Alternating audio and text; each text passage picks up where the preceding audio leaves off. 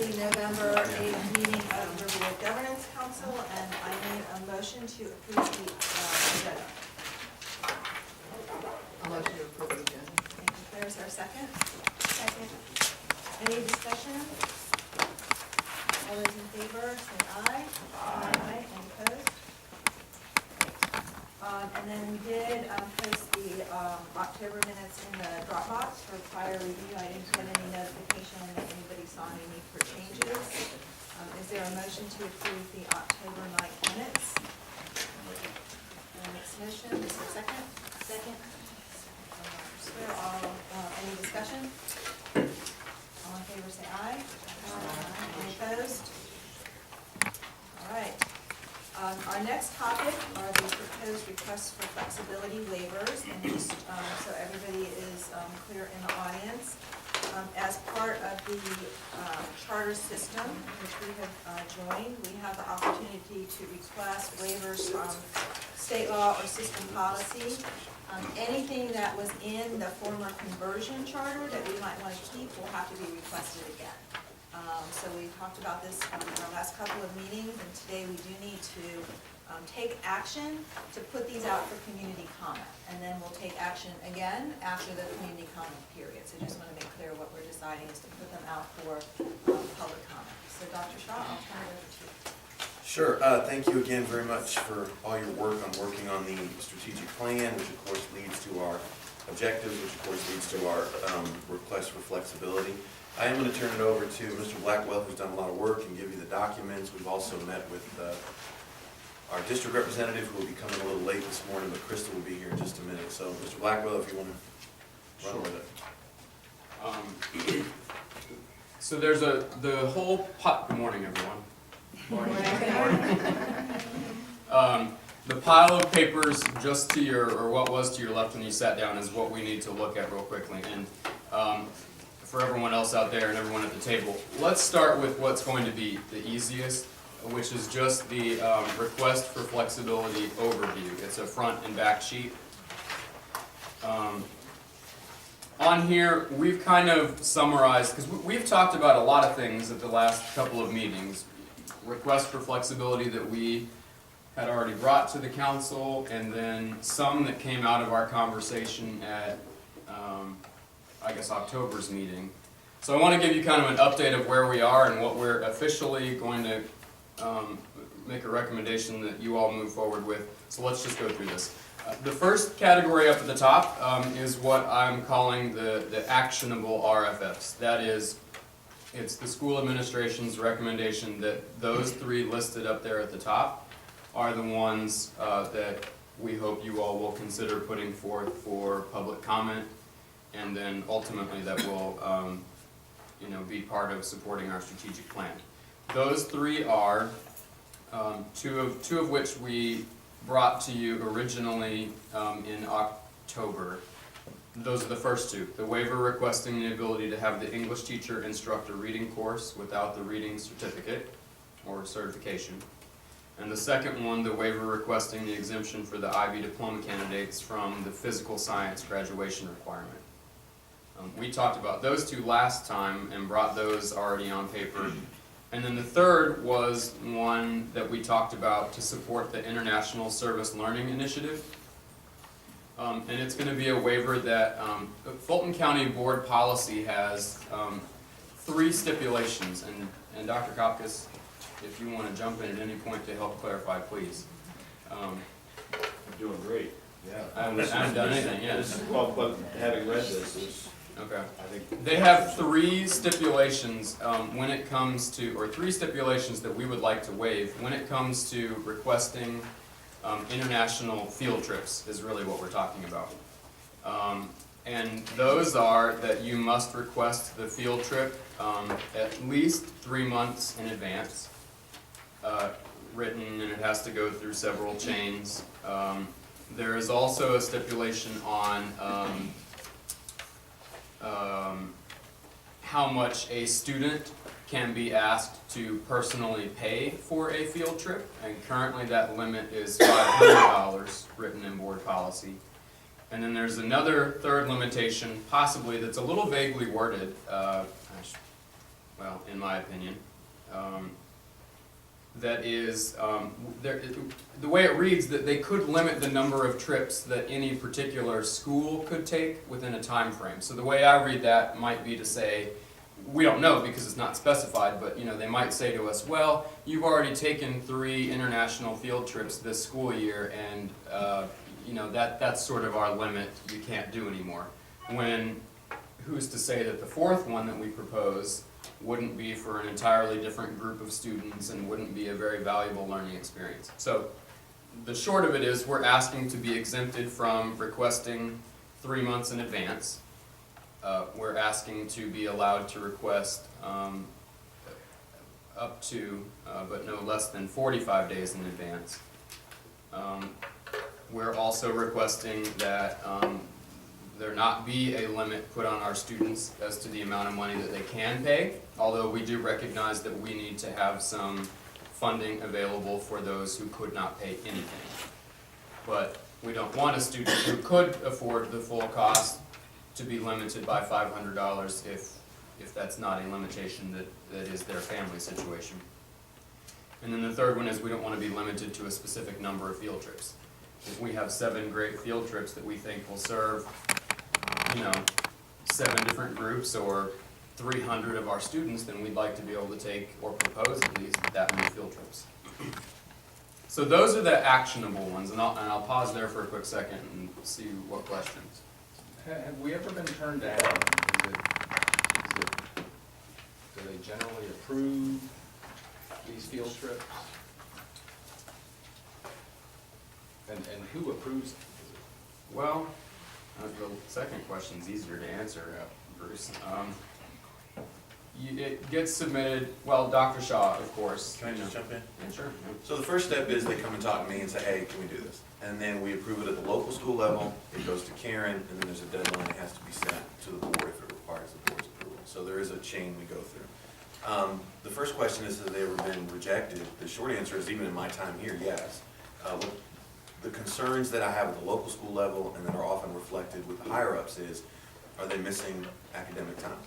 If so, how much? Sometimes there are occasions where it's worth it.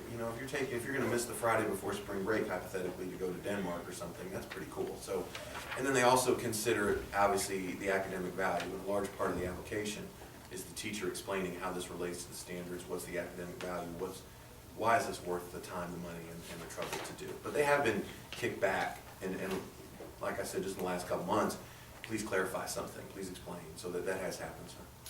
Okay. We talked about a few other things that we are recommending don't require an RFF for us to address them, or it's not most appropriately addressed through an RFF, or request for flexibility. Those 3 are listed at the bottom of the front side of that document. Last time we talked about potentially asking for a waiver for operating clubs and organizations with a community member being the sole supervisor. And that, to us, was sort of like the, we likened it to the community coach model in sports. To have someone come in from the community and be someone who's very influential on the sports team. It's very similar in our minds. Even when there's a community coach, though, it's still very important to us, and in fact necessary, that there's a faculty member there for a variety of reasons. But they know the kids. We know the faculty member a little bit better.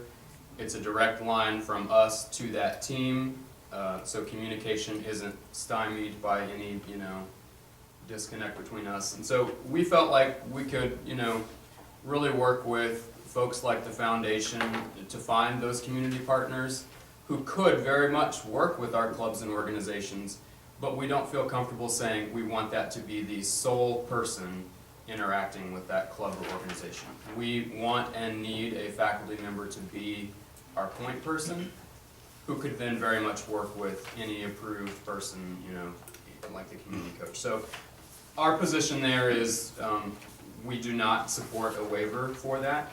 we do very much support the idea of exploring how we can, you know, kind of foster that relationship, but not a waiver so that they would be the sole person.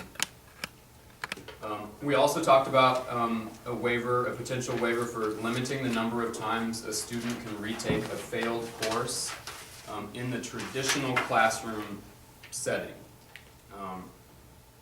That was a former piece in our conversion charter that was written in, and I might be missing the number a little bit, but I believe that it said a student couldn't retake a course in the classroom with a physical Riverwood teacher if he or she had already taken it twice and failed.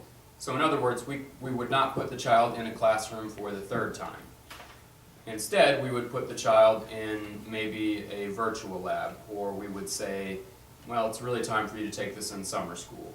Or they would do a Play-Doh course, which is just something that they do during their lunch. It's very self-study. And, you know, for a variety of reasons, we don't really feel like a waiver is needed to address that. Really kind of our position there is, if that's something that's very valuable to our staff still, and there is really strong rationale for why you don't maybe want to put a child in the class a third and fourth time if they just keep failing and failing, some of it being clearly it's not working. And, you know, the issues of, you know, do we really want to continue putting a 17-year-old in classes with 14-year-olds, you know, all of these things. We can address that, we feel like, just in Riverwood policy. You know, if we really want to make a Riverwood practice of saying, no, we still don't want our kids to be in a class more than 3 times, we can do that and we don't need a waiver to do so. So our position there is, if that's something that our faculty really values, and even that this, you know, body wants to see, we feel like we could support it in that way and it doesn't need a waiver. And then third and finally, the waiver, we talked about possibly seeing if we could get some contractor-like people who could potentially write IEPs to help support our special ed staff. And our thinking there is this. IEPs are really, well, I shouldn't even pretend. I have never written an IEP. But what I know from our special ed staff is, what I know from our special ed staff is that they are very time consuming, they're very difficult, they're very, precise and law bound. However, it is something that our staff is specifically trained to do. Now, whether, you know, maybe they need more training. So we felt like a couple of things. Like one, there's a very important interaction that occurs between our staff and students and parents when they are reviewing IEPs and making those educational plans, and it's really quite important, you know, because then we know that at least that one person here in the building knows what that student is supposed to be receiving from that plan. And because those things are so federally governed, we just didn't really feel like that was something that we should, in good conscience, outsource when we're putting resources to train our folks in-house. And can I interrupt very briefly? I think this is what you were trying to say. Ms. Shaw and I met with some districts the representatives from district special ed, and you know, for special education teachers, it's different because not only do they have the instruction piece, but then they've got the compliance piece, which, as Mr. Blackwell said, there's federal guidelines. There's no, you have to have things done in a certain way by a certain time. So we had discussed the possibility of, when it comes time to talk about the budget, or maybe from the district support, getting some help with people who will help us write these things. Maybe it is a parapro position, not entirely sure what that would look like, not entirely sure if it'll happen. But we do think it's important to keep that compliance piece in line and make sure we're doing what we're supposed to do, to get some help writing IEPs, writing eligibilities, making sure that they are compliant with state law and, of course, federal law. That may be something we move forward with, and like Mr. Blackwell said, for us, today, the big thing is we really don't need a waiver to do that. Did you want to add something to that?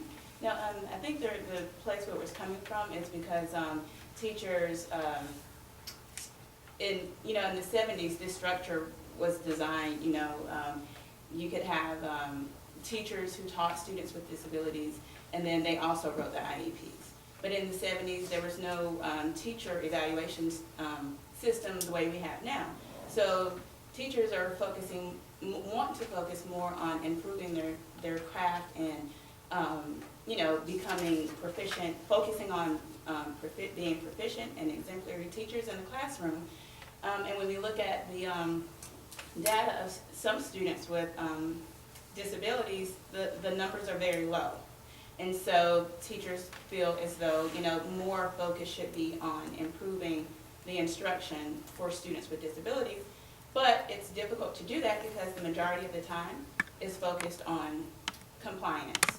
The teachers have 10 to 11 students on their caseload, and throughout the year, most of the time is tied to scheduling IEP meetings, grouping teachers together, rescheduling if parents can't make it or if teachers can't make it, gathering data and things of that nature. And so that's just the place where that was coming from. Just so teachers could have more time to focus on instruction, improve their craft, and hopefully that would have an impact on the data of students with disabilities.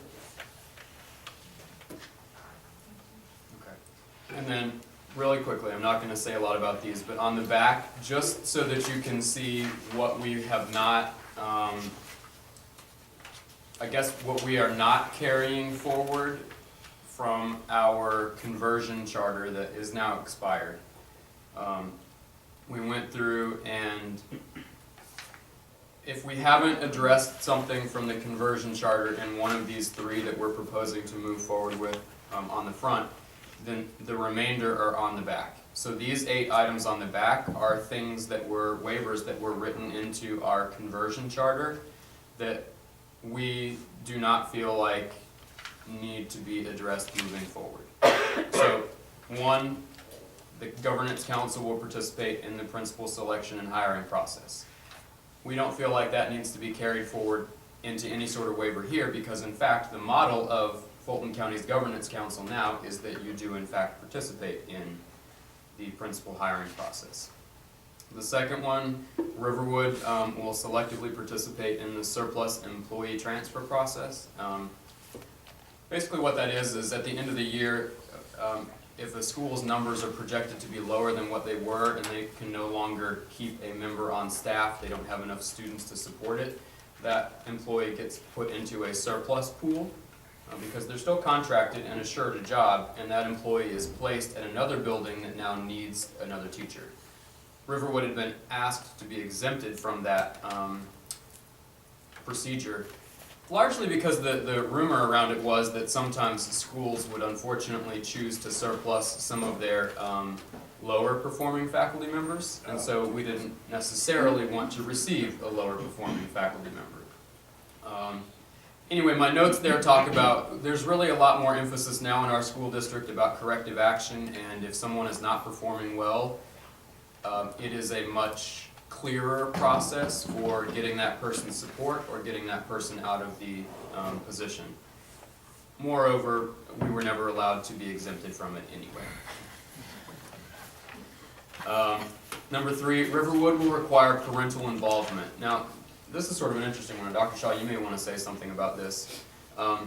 It was written into our conversion charter that parents were expected to participate in Riverwood at a 100% level. Every parent was expected to join PTSA, or if that were not possible, then there could be opportunities for them to sort of work off their payment. So to work at the concession stands for football or band boosters and things like that. And we continue to say, that it's an expectation that every parent gets involved at Riverwood. And we want that to be the case, and we're going to continue to say that because we need parental involvement.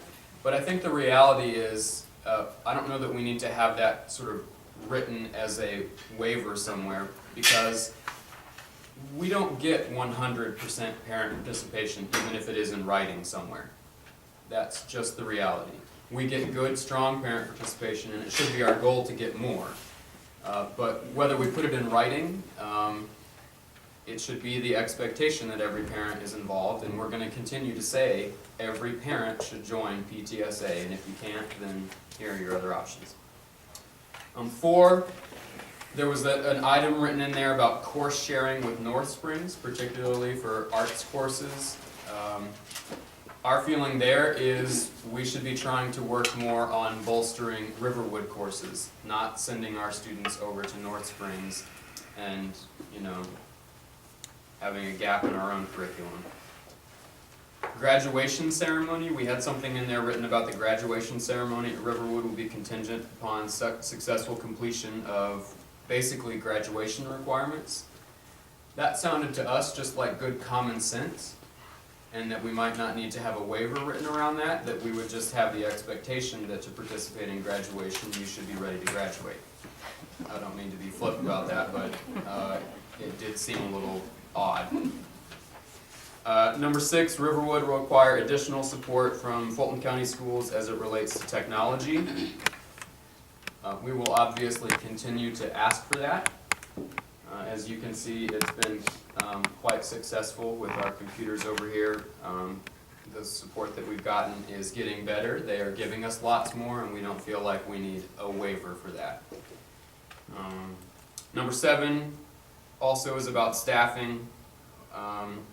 It was written into the conversion charter that we would not allow a teacher to transfer to another school until they had worked here for 3 years. Fulton County policy is that you can't transfer until you have worked 2 full years. You know, quite frankly, the issue that we always get down to really is if someone doesn't want to stay here at Riverwood, then that's something that we probably need to recognize and say, you know what, if you don't want to stay here and your heart is not in this, then we probably don't want to make you stay here for another 2 years. And then finally, there was one written about non-certified personnel teaching what was called the Heritage Language Program. That was sort of like a basic skills program for Spanish speakers. And Dr. Square, correct me if I'm wrong here, but Spanish speakers who could speak fluently but who could not read and write in their native language. So the idea there was to work on some of their native skills, even maybe before working a lot on some of the other, you know, English skills that they may have been lacking. Research shows that you cannot acquire a second language until you've mastered your first language. And if there are gaps in your L1, then you have great difficulty trying to achieve in the second language, which is the language we are teaching students in their social studies, science, what have you. So if we could focus on this literacy skills in the first language, we could definitely improve them being able to perform in their English courses. Well, in the courses that which are taught in English. Our feeling there was, we had the class, I think it was 2 years ago, not this year, but last year, I guess is a better way to say it. And it served, I think that we had 4 to 5 students in the class. Our numbers have just been low, and that could partially be our own fault for not promoting it correctly or not partnering well enough with Ridgeview to identify. So the feeling there is that if we need it going forward, that would be something that we could ask for when and if we decide we need it. But the numbers haven't been there at least this year, and maybe not even last year, for us to really say that's something that we need to continue to put a lot of effort and energy behind. But, you know, if we need to look at it moving forward, we will. And you're saying we wouldn't have to request a waiver? We would if we need it, you know, at some point in the future. But if you remember, you know, Ms. Clark, our facilitator, said, you know, if something comes up, since this is supposed to be sort of a living document, that we'll need to address for the 14-15 year, there will be another opportunity for that. Okay, I'm sorry, I know that was really long. That's okay, because I think it's important that people understand this, and I did ask Ms. Jordan, when we post the meeting summary, we'll post this document, so everybody can kind of see what Mr. Blackwell just reviewed. So our topic for the moment is the 3 actionable requests for flexibility, which again, we do have to obtain public comment on, and so Claire's prepared to talk about the process for that. Is there any other questions or anything about the presentation and what's being recommended? Can I just ask, if it's listed here as expiring, is that the complete list? So anything that was in the old charter that's not listed here, we're assuming is rolling over? No, anything, Well- it's in one of the categories. We're requesting it or it's expiring. There is nothing left out. Okay. Yeah, that was really the question. Yeah, and I think Mr. Blackwell and Dr. Shaw for doing that, because I wanted to make sure the council was clear both what we're continuing and what we're letting go. And this is everything that was in the current, or former conversion charter. So if there's nothing, no other questions, then could I get a motion to approve the actionable request for flexibility for public comment? Motion to approve the letter of rest. Thank you. Is there a second? Second. Okay. And then any further discussion? All in favor, say aye. Aye. Any opposed? Excellent. So now on to Claire Martin, who is the chair of our communications committee, who will talk about the process that we will use to get community input. Thank you. So, just to make clear, we just voted on what to move forward and what to bring to public comment. We did not vote to definitely have all of these, in motion right now. So, Crystal Clark from Fulton County has been guiding us, and I passed around a few of these. There was one at the table, and then maybe 4 around the desk. Instead of deadlines for the RFS proposals, I like more the timeline, because it is a timeline and it's very clear. And so the first 3 items is what we've been going through the past month in terms of understanding the process. So what we just did today was we voted on the draft to present to public comment. So the next thing we need to do is post all this information online, and our deadline for that is the 11th. So on Monday, all of this information will be online, and we need to discuss what day would be the best day for a public comment meeting. And I will also put a box in the office for written public comment, which is also highly suggested. If you feel like, if there's somebody who wants to make a public comment during our public comment meeting, it's recommended that they also present a written comment as well, so we can further understand it. So the dates that we were looking at for the public comment period would be December 2nd, 3rd, or 4th. And that will give us time as a governance council to come back and discuss the public comment before we break for the holiday, for Christmas holiday. So does any council member have any questions regarding the process before we look at, before we decide on a date? Okay, so maybe by a raise of hands, I would say we need 2 to 4 council members at the meeting, which would probably last about, which will last no longer than 90 minutes. If we feel like there, not everybody got a chance to speak, then possibly we could hold another meeting, but I think to ask, people to stay longer than 90 minutes might be a little much. So, December, we'll start with December 2nd. Is there anybody, just by a raise of hands, who would like to be present during the December 2nd meeting? Maybe you should ask, What time? It's a Monday. It's a Monday. And do you want to suggest a time? Well, I'm thinking after school from 4 to 5:30. Maybe we should ask, is there anybody who could be present? Yes. I think you said you would like to be present. Well, it's it'll be a fun meeting. 4 to 5:30. 4 to 5:30 on Monday the 2nd, Tuesday the 3rd, or Wednesday the 4th, and so I'll throw out Monday as the first option. I know I'm able to be present on Monday. Did you just raise your hand, Julie?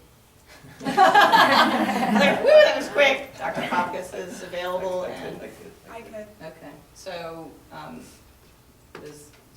would say let's go ahead with Monday the 2nd, unless there's something that the school has in that afternoon. There's nothing on this list. Okay. Can you describe what the procedure So- would be like as far as, when you say public comment? there- Okay, so, all these proposals, or waivers of flexibility will be posted online so that, the public can read it and see what we're moving forward with. So if anybody wants to comment on any three of those RFFs, Fulton County and Riverwood supports that, and we'd like to hear. And are we just listening to the comments? We're just So listening, we're not yes, giving thank you. feedback So, or anything like that? no, Okay. so, I mean, it's made clear by Fulton County, it's not a discussion. Okay. It's much like, we hold our governance council meetings where, we set a time limit and speakers can get up and talk. And I think our time limit for our governance council meetings is 2 minutes, correct? So, what Ms. Clark suggested is that we make it a little longer, so, I'm suggesting a 3-minute, comment from each person, and they will also sign up before the meeting begins, and then we'll go in order. And we sit and listen, there's no, dialogue, and then we'll have dialogue at either our next, meeting on the 10th, which there probably will be room for on the agenda, or if that starts to get busy, then, we can make it before or after. So in theory, if only 5 people show up, it'll be a much It's a shorter. quick meeting. Well, actually, Yes. let me comment on that. I think if we advertise 4 to 5:30, we need to stay till 5:30. Because Okay. with work schedules, somebody might not be able to get there until 5:15, and so I Okay. hate for them to come in the window and no one is there. But we can certainly work on other things while we're Okay. meeting. And Yes. are they only allowed to comment on things that have been proposed? Yes. They're not allowed to bring suggestions for new? They can bring suggestions to the ones that are already proposed. Okay. But Because- they can't say, we want everybody to wear hats. No, that would have been done in the process That's before. not gonna happen anyway, so. That would have been done in the process before today. Okay. Because it has to be presented to Fulton County before we can even move forward on Monday. So, Karen Cox has looked at all of these proposals and has given the go-ahead saying, hey, I'm pretty sure these will fly with the county. So, yeah, please, are there, yes? My question was similar to Bruce's, just that can we have it clearly specified that public comment is to be on the RFS? Sometimes people might think, oh, it's a governance council meeting, time for me to go talk about whatever is the latest thing that's needed to be talked about. I'll be working with Lynn Miller and Ms. Clark after this meeting to make sure that we post exactly what needs to be posted and that it's clear, that it's clearly posted, what the meeting is all about. Are there any other questions, or did I not cover something? Just No. one question for Yeah. Dr. Shaw. The procedure for kind of the other side of the equation, the teacher input to you and how you came to make these suggestions and not others, were teachers free to propose things? I'm just wondering how we got to those from your side. How we got to what? Well, just Three. the waivers and the choosing of not to continue these, was that Oh, sure. input Well, from the faculty? Was that- obviously, one of the waivers came from one of our staff members, and of course, the staff had input. Now, I'll be honest, on some of the things like, the club waiver, that was an administrative decision because of the complexities and the issues that we would run into, some of which Mr. Blackwell mentioned. So, yeah, teacher input is definitely a part of it, and they will have the opportunity to participate in public comment. And on the side of that, I always try to make sure that the staff feels comfortable coming to me and saying, hey, I have some questions or concerns, and this will get sent out to the staff as well. Just to finalize the timeline part of it, just so that it's clear, so the public comment meeting will be December 2nd from 4 to 5:30, and there will be a sign-up sheet for those who wish to comment, and a written portion is highly suggested and recommended, and that can be done online, or it can be put in a box in the office. That will be there Monday. So once the public comment has been heard and read, it comes back to the council for further discussion, and then we actually vote on these proposals, and then after we vote, it gets submitted to the superintendent to verify and pass, and then we get response from Fulton County School. Dr. Roboso. And that's done by January 31st, and then we'll be put into action for the next academic year. So that gives us, ideally, we wouldn't hear a lot of comment, and we could actually take action in December and be done, but if we needed more time, we can wait until January, so we've got some contingency built in there. Thank you so much, Claire and Lynn, in advance for working on this. Are there any other questions? All right, let me just say, we're a few minutes behind time. This has been all really important discussion, but we do have several speakers who traveled a long way to address us this morning, so I want to make sure we get time for the public comments at the end. So let's just keep rolling here and maybe see if we can pick up a little bit of time. Dr. Shaw, Sure. the Safety and Security Yeah, Task Force. I'll just hit 5 and 6, they're pretty brief. So, thanks to Ms. Martin and others, we did have 3 parents recruit to put together our Safety and Security Task Force. Thanks to Charlie Helen, Debbie Cook, and if I'm mispronouncing this, I apologize, LaWanda Dennis, who will be our parent representatives working with Mr. Kadish and Dr. Square. We're going to get a meeting together for them to start putting this into action. What will it look like? What the responsibility is going to be? How we communicate to the community? And again, as we talked about last time, this is really modeled on some of the work that was done at Ridgeview, which I thought was really well done and very successful in communicating to the community. Very briefly, as safety and security continues to be a concern, there were some incidents this week. The information about everything went out. It's on the website. I encourage you to look at it.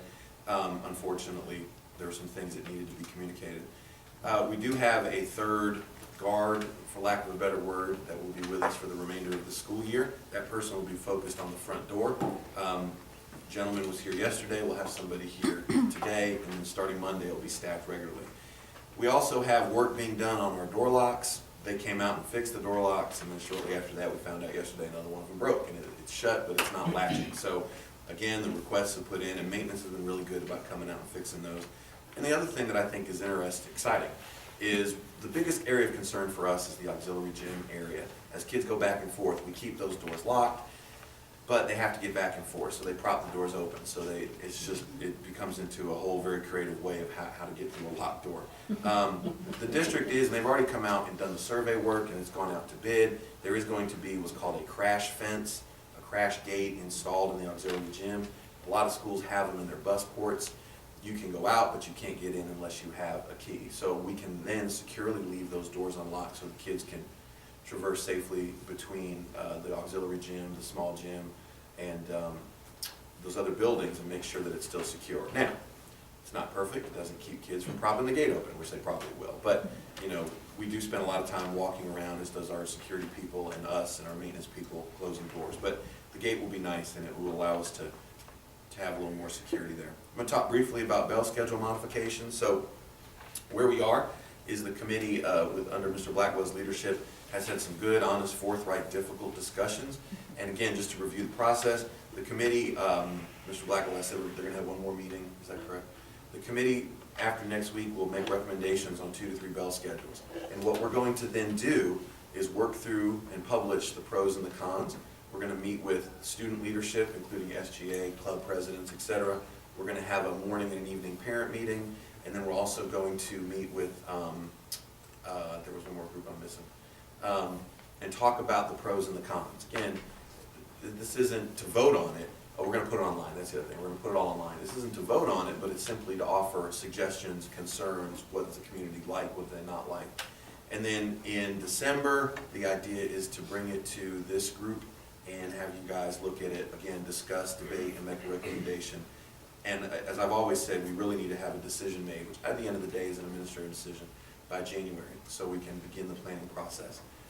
And that meeting will include, all the information set out will include why are we changing, and some of the information we received through feedback, through surveys, etc. So that's the 2 things that I wanted to address this morning. I will briefly mention on November 14th, there are 3 opportunities for public input. I'm having a town hall meeting as we wind down the semester that morning at 8:30, another one in the evening at 6 p.m., and our board member Gail Dean is having a meeting here at 9:30 as well. So hopefully those, I know they've been published, but hopefully you'll share that information with people about upcoming meetings. Questions? or anything that I need to address? I just have a small question, just a sidebar. We had parents at the front that was next to the office, they were faced the wrong way, but we had briefly talked about making sure that the parents that were checking people in would have been facing the door. Did that go away? It did, and let me tell you why. One is the security guard kind of takes that place, and they're gonna have a sign book. I don't know if it happened yesterday, because that was the first day he was there. The idea is that before you get to the attendance window, before you get to the front office, that he checks you in, he sees you. The other thing the PTSA parents shared with me is they felt very uncomfortable. That they just felt that there wasn't a way of communication, they felt a little isolated, they felt like, you know, that they were kind of almost the speed bump. And the other thing is I wanted, when people called the school, I wanted them to get a real person, so we moved the parent volunteer back into the front office to answer phones and make sure that when people call, they don't get a recording. So one of the reasons we stopped doing, the main reason is the feedback I got, especially this summer, was the PTSA volunteers just didn't feel comfortable at that desk in the atrium. So if I can say it differently, we are going to basically have that man, basically that same way, but now it's gonna be handled with. The desk is back? Yeah, so there will be, so That's he what will he have said. a sign-in book Yep. and ask, why are you Yes, here, ma'am. blah, Yes, blah, ma'am. blah. Absolutely. Okay, Absolutely. so that position will be back, just be a different person. Yes, ma'am, good way to say I it. got you. I can definitely see how that could help during just regular class periods. But during lunch, how will, if someone comes in and kids are going like in and out, like the seniors, how would the officer know, and not even me, like being on lunch duty, I don't know like who's a student and who's not a student. Well, the officer is still there and the teacher is still on duty. And the short answer is we do the very best that we can. I mean, we do the best that we can. I mean, I That's guess why we I have was the, wondering like a name, like students having name badges or, I There don't are know. student IDs that we absolutely never use. yeah, We get them every year. This is the first year I haven't gotten a new one. They're sitting in my wallet, unused. And I really suggest that those are, I mean, if you're gonna get those for the kids, might as well use them. I mean, you can give like greater lanyards out when you get the IDs and wear them. well, you know, Yeah. so, and that actually, you know, Ms. Cox and I have talked about that idea. On paper, it's a great idea. In reality, you know, the kids lose their IDs. What if they don't wear it? Now we're signing detentions. It's, you know, and then it's a great idea, and I'm not saying we can't do that.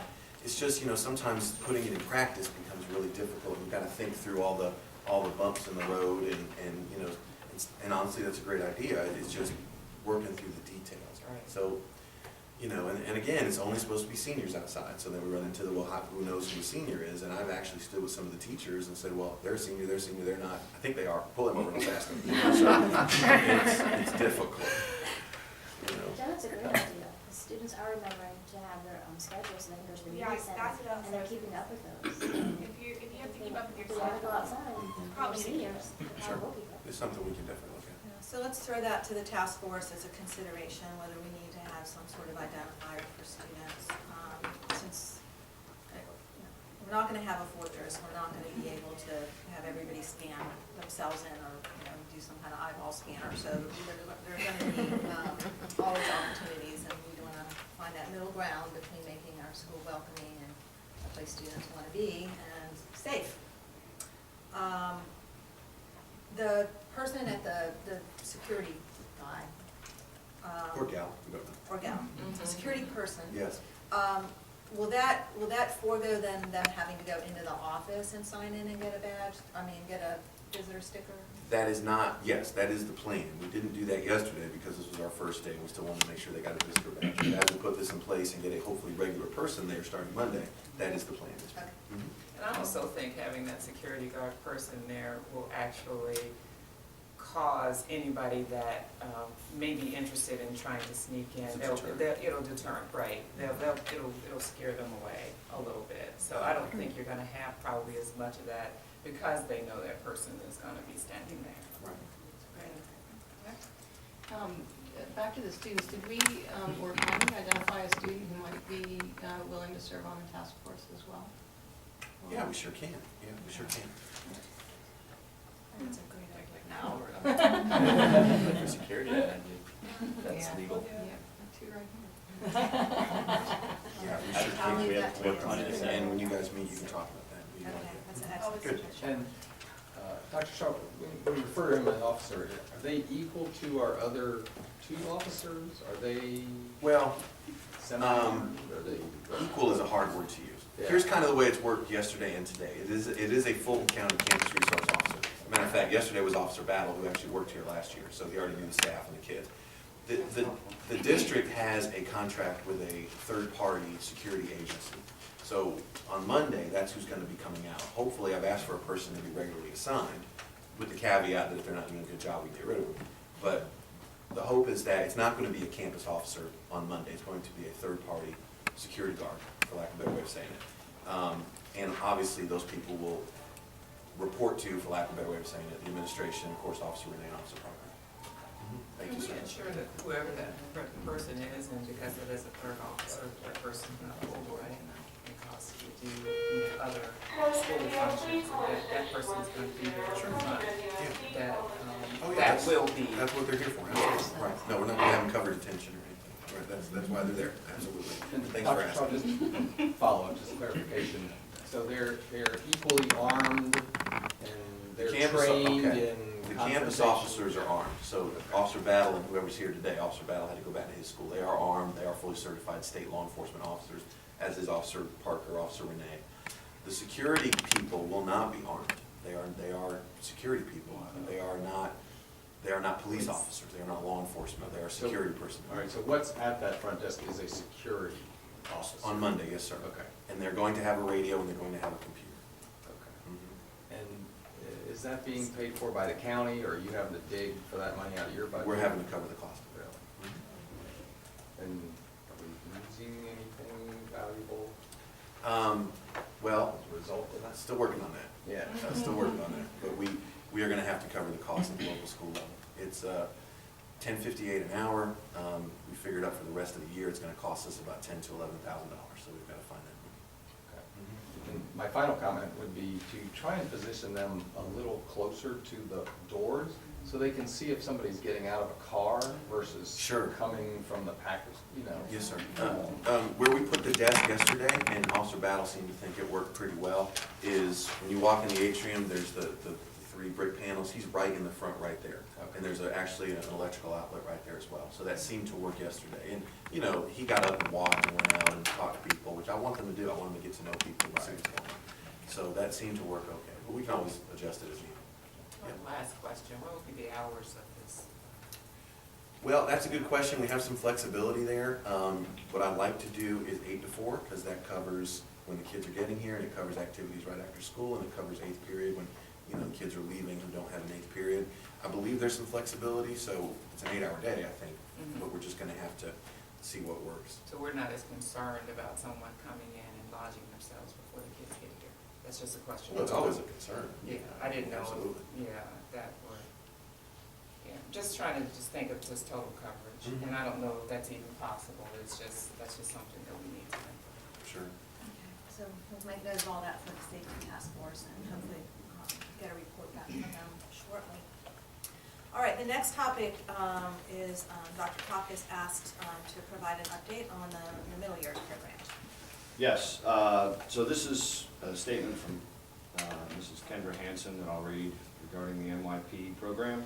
And she says, this month, the NYP Vertical Team Meeting will occur. This is a joint effort of teachers from each subject area, both from Riverwood and Ridgeview, working together to prepare the schools for the evaluation of the program, which will occur during the fall of 2014. Personal project, the 10th grade magnet students are preparing to present their personal projects to the school on December 10th. 10th grade honor students have just been introduced to the personal project and they are working on topic choices. Their showcase will not occur until April 2nd. And the evaluation component for NYP, that's a 5-year thing, and we've had to send assessments to IB to have them evaluate and make sure that we're testing and doing assessments the way IB wants in the middle years program. As far as DP goes, I'm in the midst of registering students for exams for the May 2014 exam session. Can I add to that one thing? Kendra, Ms. Hanson is putting together a small little group that's going to go to Marietta High School and look at their NYP program. Always eager to steal good ideas. Marietta's demographics are similar to ours. They're bigger, but they're a very diverse school. So we want to take a small group out there and just spend an afternoon seeing what they do, what works for them, what doesn't, and what we can bring back. And I think that's happening the week before Thanksgiving. I don't think the date's been finalized, but that's the plan, is to do it this month. Okay, any questions on that? Excellent, thank you. Bruce, update on the capacity. Sure. I'll pick up a little time here.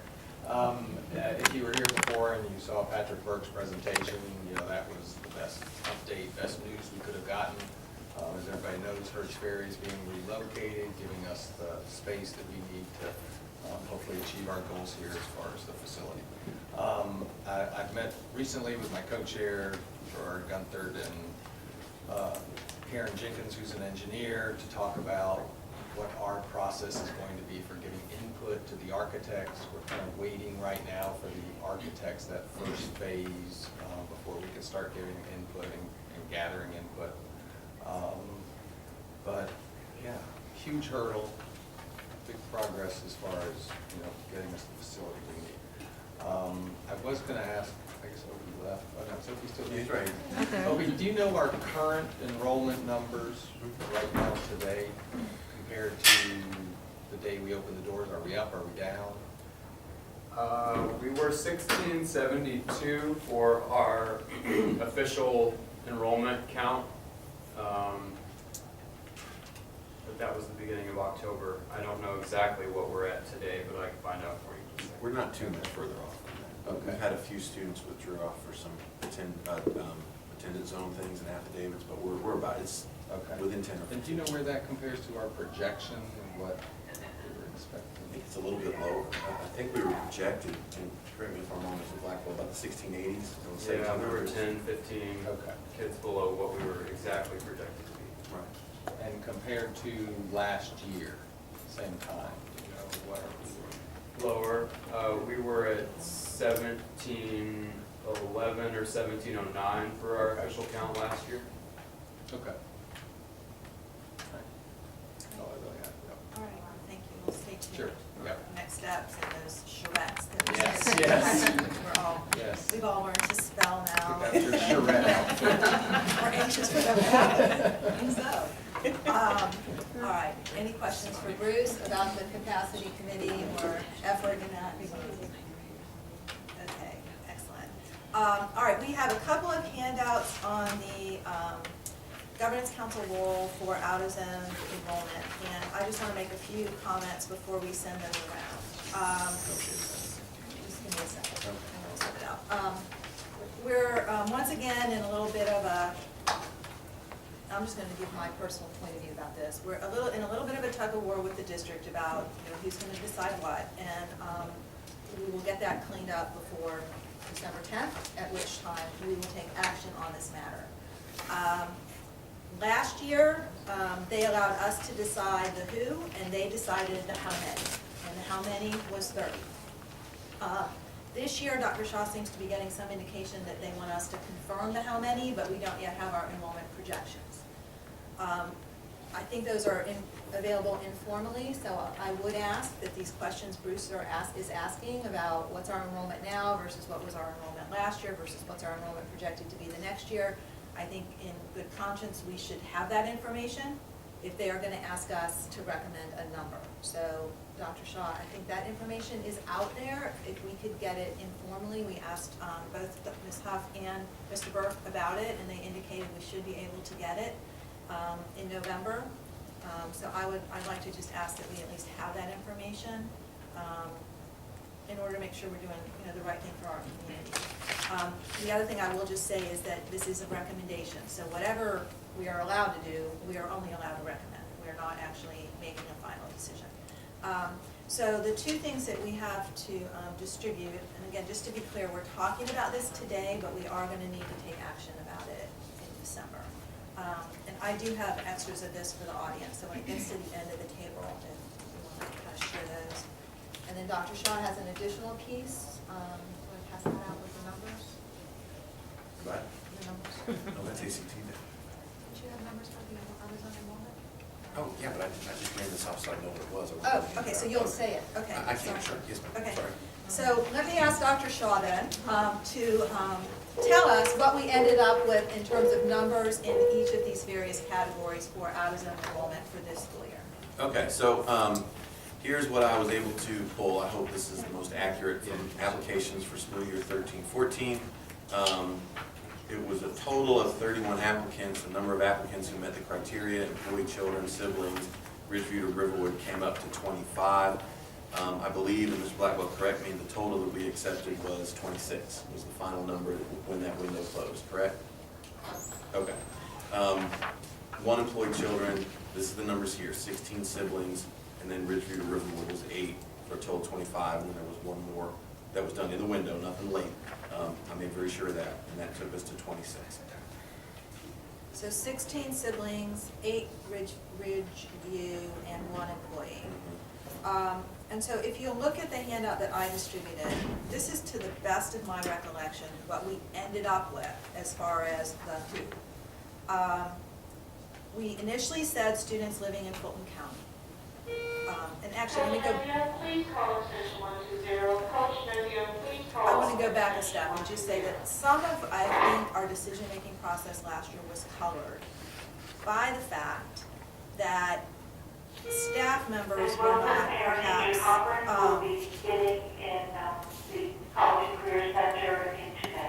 informed clearly enough that the governance council was going to be limiting it and setting the criteria.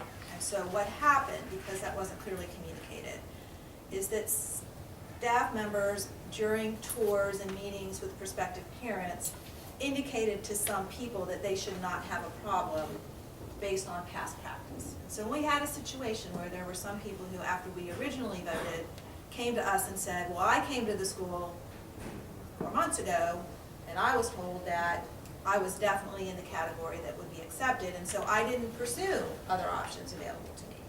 And so as a means to be accommodating to that, recommendations were brought back that we broaden our criteria a little bit, which we then did. So just to start out, for students living in Fulton County, we then amended that to be regardless of address.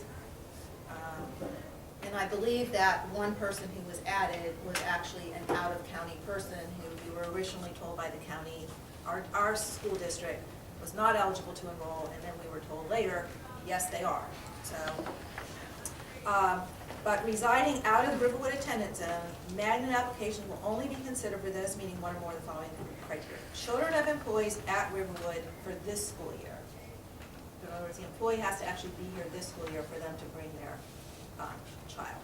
And that was state law too, wasn't it? It's state law that you can bring them to the school system where you work, not to the school.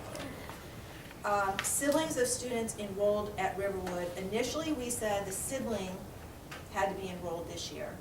That was amended to say if the sibling was here last year, so if you were a graduating senior and you had a freshman coming in, that freshman could also be considered a sibling. So we amended it to sort of broaden it to graduating seniors.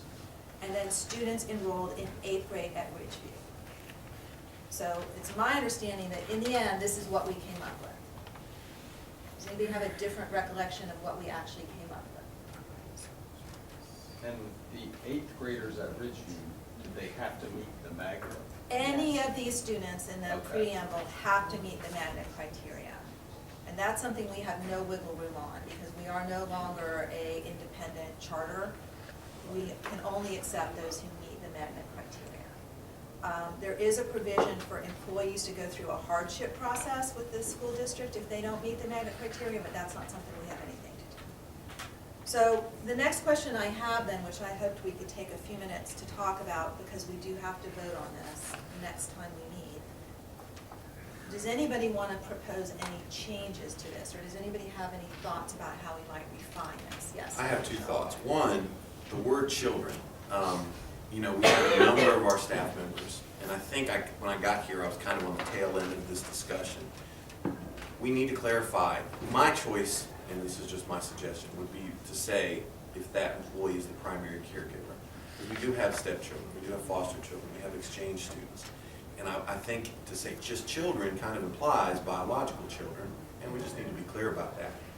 The other thing that I wanted a little clarification on is, and Ms. Greenway mentioned the children employees at Riverwood in 13-14. The way I'm understanding that is if you're hired this summer, that exempts you, even if there's room, from bringing your child to Riverwood. And we did have some teachers we hired this summer, and they came to me and said, can I bring my student here? And I said, unfortunately, you can't. I just want to get some clarification on what the feeling is on that. Obviously, if we met the number, whatever that number turns out to be, then we're done. But I do think as we hire new people this summer, you know, we're kind of saying right off the bat, sorry, you can't bring your student here, and I don't know. Actually, it's the opposite. Okay. This is for last year. So it was for anybody who's employed this year could have brought their children. The issue was they had missed the deadline. Okay. Well, but. For a Go ahead, magnet Opie, application. finish. Yeah, for the magnet application. They had missed that deadline for the magnet application. And so Okay. I'm just gonna say, as far as the employees go, there are district processes outside of the magnet application for employees to bring their children. And I think we need to defer to that process, because Okay. we can only deal with people who meet the magnet criteria. That's all the governance council is permitted to deal with. Okay, then I need that clarification, because I did tell people this summer who were employees, we've met the number, I'm sorry, even though you're not working here, you can't bring your child here. So maybe I misunderstood this summer, and that's probably a mistake. So they would need to apply, I think the answer may still end up being no.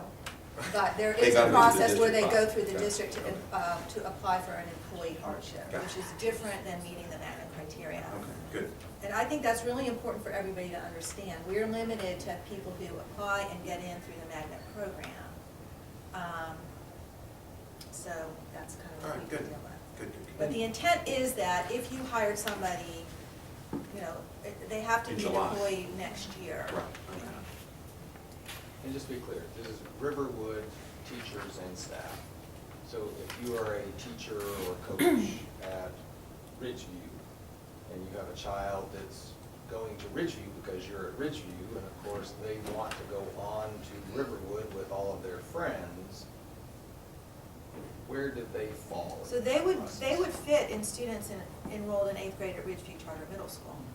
Okay. Let's use Hertz Ferry. Let's say you're at Hertz Ferry and your child is at Camp Creek Middle and you want them to come to Riverwood. They would not be eligible under this. Okay. They would have to They go have through to the go district through Ridgeview. hardship As long as they're process. at Ridgeview. And I guess that's where we kind of ran into last year. If we set an arbitrary number, 25, 30, then at some point, we can't really say that every 8th grader that wants to come to Right. Riverwood is eligible. So let's hold on that thought, because that's my second question to the group. Fortunately, last year, we did not have to do a lottery. We did talk about priorities within this, which we didn't have to implement because we had fewer total applicants than the number we were given to accept. We don't know that that's gonna be the case next year. So in addition to who, I think we do need to discuss priority. Would we pull some of these people out of the fishbowl before others? But for the moment, let's just stick on the who's allowed to apply. So we've clarified the employee issue, and we'll, does anybody have any disagreement with Dr. Shaw's point that children of employees should really be, whatever word we want to use, but, you know, children for whom employees are primary caregivers? That's good. We're okay with that, okay. I do have another question on it. I don't know if you want to wait until after you were going to answer Bruce's question. I think I did. Oh, okay. Yeah. The other question I have is amended to regardless of address. Now, I'm assuming that means if you are an employee here and you live outside of It means if you were even a sibling. and you were outside of the zone, No, it means outside of the county. outside where you, Because originally, we said for students living in Fulton County, and actually, I should have clarified that we took out in Fulton County and made it say regardless of address. that was, Yeah, so we got into, like, legally, you're not allowed to do that, and then we were told, well, actually, we changed our mind anymore. okay. So, I guess what I'm just asking the group for right now is,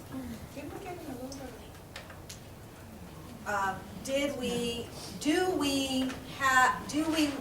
we as a group think it's okay for people who are not Fulton County taxpayers to be able to pay a fee and take one of the slots we have available?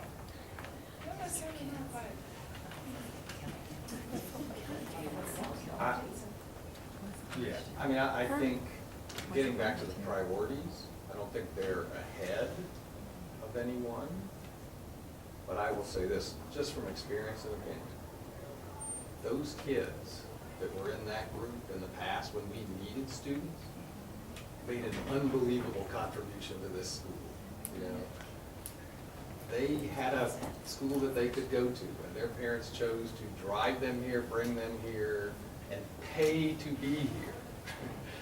And I can tell you the group that I knew from North Atlanta and DeKalb County were amazing kids that contributed a lot to our school, which is, again, be careful what you wish for. The school got a great reputation, and then everybody wants to come here. My only concern with that, Bruce, Yeah. is that, and I do agree with what you're saying, and I would certainly hate to limit anyone, but I am concerned about opening up the floodgates where you have, there aren't any parameters, and you've got so many of those wonderful kids that are trying to get into. Yeah, but we're still gonna be limited by a number. Well, this is I'm true. just saying, if Well, there we'd is still be limited by they capacity have to for be it. employees, siblings, or from Ridgeview. Yeah. Okay, Okay, so the three criteria apply. Well, no matter And you what. have to meet the magnet criteria. Right. The question is, if you meet one of those criteria and you meet the magnet criteria, do we, you know, are we open to having people who don't live in, who aren't Fulton County taxpayers be part of this? How did you get into Fulton County in 8th grade as a Ridgeview middle school and you're not in Fulton? Because you're a teacher. They have. Yeah, but that would be number And then we one. have a lottery. There's a lottery. There it is, Yes. okay. I didn't come from the school, so I didn't know how that worked. Okay. So my thought is if we have, let's say 15 are accepted through the magnet process under these guidelines, and we have the opportunity to have, let's say 5 or 6 more paid students after everybody is already in, I think that's a great opportunity for us to have those children, number one, and number 2, have the money. Well, we don't get the money, let's just be real clear about that. It's not our money. So Fulton County gets the Fulton money County and gets the Riverwood money. gets It's kind of a 0 reimbursement. percentage. We get the per pupil funding, but we don't get like $6,000 on top of our other money to go pay for our security. All right, well, we are not deciding now. I just wanted everybody to have an opportunity to throw their ideas out on the table. But Martha, just be clear, you're saying these out-of-district, out-of-Fulton County students are at Ridgeview? No, well, they could be at Ridgeview or they could be siblings. Okay. The one Well, once you we qualify. added last year was a sibling. Yeah, right, I know. So the other thing that we have to put as a caveat is there are still these legal wranglings about your district having to sign off that their tax dollars can come over here. And so there is actually an agreement that has to go on above us, that there need to be a buyer beware sort of thing, that you need to get permission. There's legal processes you have to go through to be eligible. And so as Ms. Jordan just reminded me, APS is not giving anybody permission to come. But that, we don't want to get in the business of arbitrating that. That's up to you. If you're gonna think you're gonna be able to come here, you need to figure it out and make sure that that's gonna actually be able to happen. That's not our job. And who knows, the school district may come back next time and say, we changed our mind and we can't. The question to us is, do we want to allow people in that category to go to college? And last year, Ridgeview was able to give us pretty accurate numbers as far as the number of 8th graders that are out of district or siblings. And we can try to get that Do for we next season. know what? Do you know, or can you get it? 20 is the number of students who they have who could potentially apply, however, they may not all meet the criteria. So we'd have to dig a little deeper, but 20 potential candidates who may not all meet the Are out criteria. of attendance zone, and Yes. some of those out of attendance zone may actually be out of district. Out of county. County, right, Yeah. So we'll try to sort that out by the next meeting. Okay, we've got about 5 more minutes on this topic at the most. The other thing I wanted to just briefly get people's input on and have you be thinking about between now and the next meeting is, would we want to prioritize any of these categories above the others? So I think I've heard that if we do accept people from outside of Fulton County, they would be last in, and only if there were extra spots after everyone else was accepted. That's embarrassing. Is that, That's so my that's take kind of on what it. I'm hearing? Anybody else want to suggest that one of these 3 groups should have priority over the others? They all go in a fishbowl together. Siblings. I mean, I think family, I mean, Well, I would suggest, when you talk about employee morale, you talk about the logistics of getting to work and getting kids off the bus and Oh, yeah. on the bus, I would say employees definitely, in my opinion, should be a Yeah. priority. again, I go back to last year because it was so confusing, but I thought kind of employees were off the table and that was a done deal. Well, That we- you really weren't voting, deciding anything, that employees had priority. And then that got changed, so, yeah. So I think we just need to say what we think. So if we think Okay. employees, if you are an employee and you have a child who meets the Magna criteria, you should be first in, then I think we need to state that. Okay. So does anybody, what are people's thoughts about employees being given preference? I think the way you rank them here is actually exactly right. I would say that would be first. And then siblings, and then Ridgeview? Or again, we're not deciding, but we'll just put that on the table for people to ponder. And then we also have the opportunity this next period of time to talk to other people and kind of get a sense of what people are thinking. I do think if we are asked to put a number out there, we'll see what the projections look like, but 30 seemed to work pretty well for us last year in terms of the demand. So, I mean, maybe 30 would be a good number to propose again, presuming the numbers aren't wildly different, but it actually seems like we're a little bit under where we thought we might be. Yeah, I guess the only thing I worry about is, what if the real number is 32? Will we have the flexibility to say, you know what, I'm not gonna leave 2 kids behind that have gone to Ridgeview? I think we have to put, well, hopefully they'll give us a number. I'm kind of leaning on Dr. Shaw to say, look, the number part should not be our decision.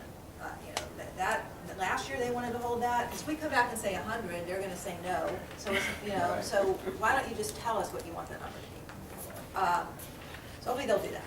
But if they don't, and it's 30, if we get 31, then I think we need to make a decision about whether we go back and petition to accept the 31st student. And the way we operated last year, Bruce, the way it was explained to me was that the deadline was over, the number was set, and that was it. And I stood very hard and fast to that, because when you allow one exception, you know, obviously parents are heartbroken, they want their kids here, and I love the fact they want to bring their kids here, but when you allow one exception, it kind of opens the floodgates, and how can you do for one and not others? So they're working it out. We said no because the deadline was over, and more importantly, the number. But that's not what we're talking about. We're talking about if before the deadline. Yeah, if the numbers hit, the numbers hit. That's the way I interpreted it, and that's what I want clarification as we get into next year. So regardless of the deadline, if the number's set at 28, the 29 kid shows up, no room at the end. Which is why I would prefer that the district give us the number, because I really don't want it to be on us for people to come and petition and say, take me the 31st person. Right. Because the number is really not our decision. But we'll have news on that next time. Okay. So, And I guess just to clarify, my position is, I don't think there are floodgates. I think there might be a trickle gate. And I want to let those kids know. That's just my opinion. If they want to be here, you know, I want them to be here, especially if there's some connection, family member, like that. If it's not going to impact us. Very quickly before we do public comment, I'm not going to talk about this. Last meeting I was remiss, I didn't have ACT data. This is our 5-year trend data, so please take one and pass it around. If you have questions, let me know. all right, so we have 4 speakers, and the speaker guidelines are on the bottom of the agenda, so if everybody can just please be sure to follow those. And our first speaker this morning is Ann Jarvis. Thank you. Sticking with that subject, last year when we went through this process, I think it was a nightmare for y'all. I know it was a nightmare for the families involved. The definition of sibling changed many times. the definition of an employee changed. They wanted with magnet, without magnet, the out-of-school, out-of-Fulton County family with a sibling. I'm not judging right, wrong, whatever. I know, again, it was a nightmare for everybody involved. What I am asking is that whatever the definition is to begin with, which is what was sent out last January, or last December and January, it's got to stay the same definition, because that process ended up being, could have been easily construed as discriminating against families, and we can't have that for Riverwood or anyone in Fulton County. The final decision was made for families, the final group of who got in, what got in, so on and so forth, was last May. And I think that y'all have hopefully have a much better understanding going through that process last year, that, what has to happen, what can't happen. But want to ask that y'all, again, in the data, hopefully we've got, looking at the groups by grade, how many families are actually leaving out of that senior class should be a good telltale of how many came in way back when. But please keep in mind the school has great diversity already, has amazing families here. Do agree with your categories, but at the same time, we really need to look at the safety issues and how crowded the rooms are, how crowded it is for the teachers, how crowded the hallways are. So, thank you. Great, and our next speaker is Susan Newman. All right, well, good morning. My name is Susan Newman, and I've written something up here so I would stay on task. And I'm a mom of 3 boys. Noah, a senior at Riverwood, Asher, sophomore at Riverwood, and my youngest, Kyle, an 8th grader at the Davis Academy. Our family lives in Sandy Springs, out of district, and we are very proud and fortunate that our boys are allowed to attend this great school. We looked at various high schools when Noah was in 8th grade. Noah had friends attending both private and public schools, but Noah wanted to attend Riverwood International Charter School. He wanted to come here for the academic rigor, the IB program, the diversity, the sports programs, and the variety of clubs to join. He truly felt he'd won the lottery, and I have his letter here, when he received his acceptance letter into the magnet program 4 years ago. As you all know, Noah's 8th grade years, students applying into 9th grade were not allowed to attend if they lived out of county, but could attend in county and out of district and went into lottery. His 9th and 10th grade year, students out of district but in Sandy Springs went to lottery, and Noah's junior year, students were not allowed to go into lottery unless they had a sibling at Riverwood. Last spring, there were many rising freshmen who wanted to attend Riverwood but could not because of the new policy and have chosen to go to North Springs Charter, which is our home school. Most of these kids want to come here because they are young students who want a high school with excellent teachers, strong academics, IB program, community service, and have a lot of learning, and Riverwood offers this to students. These are the type of students that improve a school's atmosphere, their academic performance, and their reputation. These are the type of students who make Riverwood a very appealing option to families who are also considering private schools. I'm almost done. Our family has been most impressed with Dr. Shaw this year, his administration. They have welcomed our second son, Asher, into the school. Asher has high-functioning autism and is finding his own success and way at Riverwood. Riverwood has something to offer for everyone, but I do feel by not allowing students from out of district, you will be losing some of Fulton County's best and brightest to other high schools. Riverwood should search for a way to include these students rather than exclude them. Thank you very much. Thank you. And next we have Beth Hawks. Good morning.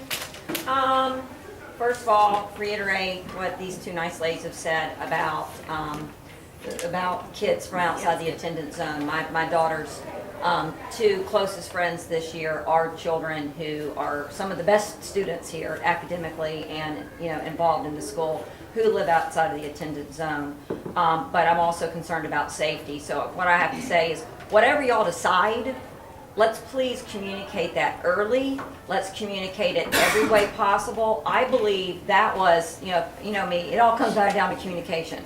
That's the crux of what happened last year, was that things were not communicated in advance, effectively, and re-communicated. Legally, you don't want to be in a situation where someone has to call their lawyer. The other thing I'd like to say is, Claire, on the meeting that you facilitated about on the 2nd of December, I would advise you guys to move it to another date. That being, as you are aware, the week prior, we are not in school. It is a national holiday. It is the busiest, most hectic day of the whole year for our society. It's Cyber Monday. People are getting back to work. People are always late to work. They're always stay late. Let's actually try to encourage parents to attend by having it on that Tuesday or Wednesday. And I would recommend that you do that because, I mean, we want parents to come. We want them to be involved. We need more different, diverse parents involved in the school. And thanks. Have a great day. All right, and our next speaker is Jill Siegel. Hi, thank you so much for allowing us to speak. I have a junior who is here. We live within Fulton County, but outside the attendance zone. And I have an 8th grader, rising 8th grader, that we are hoping can come to this school.